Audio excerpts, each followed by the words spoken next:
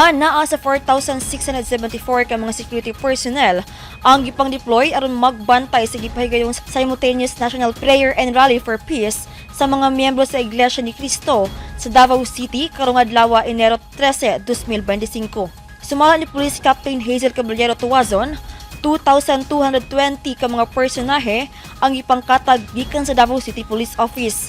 As of 4 p.m., gibana-banaan sa DCPO nga 210,000 ka mga partisipante ang midagsang sa aktibidad.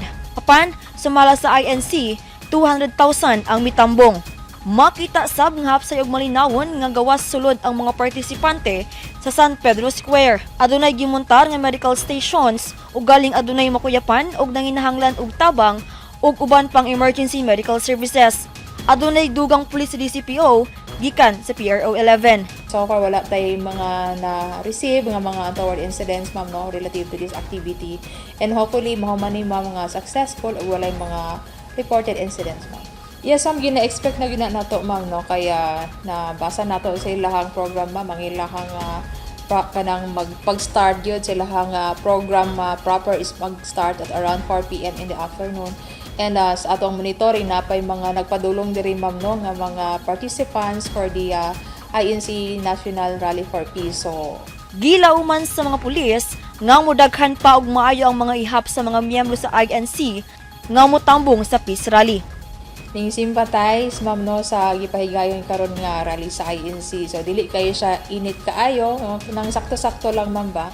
Kay para po dili kaayo daghan nga kanang naimakuyapan tungod sa kainit ug sa kadaghang tao. So sakto-sakto lang ang ato ang weather karon nga mga orasa ma'am. And hopefully dili pud mag-ulan kay luoy pud ang ato ang mga nagkandak og kanang rally. And Buot sa mga miyembro sa INC nga ipakita ang panaghiusa pinaagi sa prayer rally.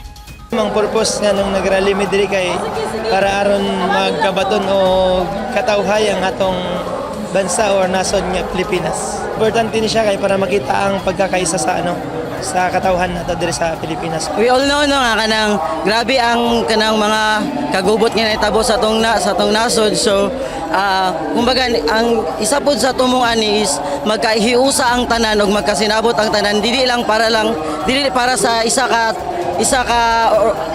kundi dili lang para sa Iglesia ni Cristo nga mga membro, kundi para sa tibuok Pilipinas. Importante siya ma'am because through this na makahatag taog kanang peace para sa ato ang bansa, maka-contribute ta sa ato ang bansa. Di pasabot sa mga nagtambong sa prayer rally sa INC nga dili alang sa politiko ang ilang tigom. We are here not for any side but for the side of peace, because for us there are many more problems with the Philippines. For example, pagbaba ng ekonomiya, unemployment, poverty, mga kalamidad. And we believe that it's more important for us to pool our resources and our time, not waste any of it on this impeachment that is na isinusulong sa government. And it's for us, for the INC, we are here for peace. So that's why we are doing this. We're not supporting anyone. We are not yelling any names during our rallies.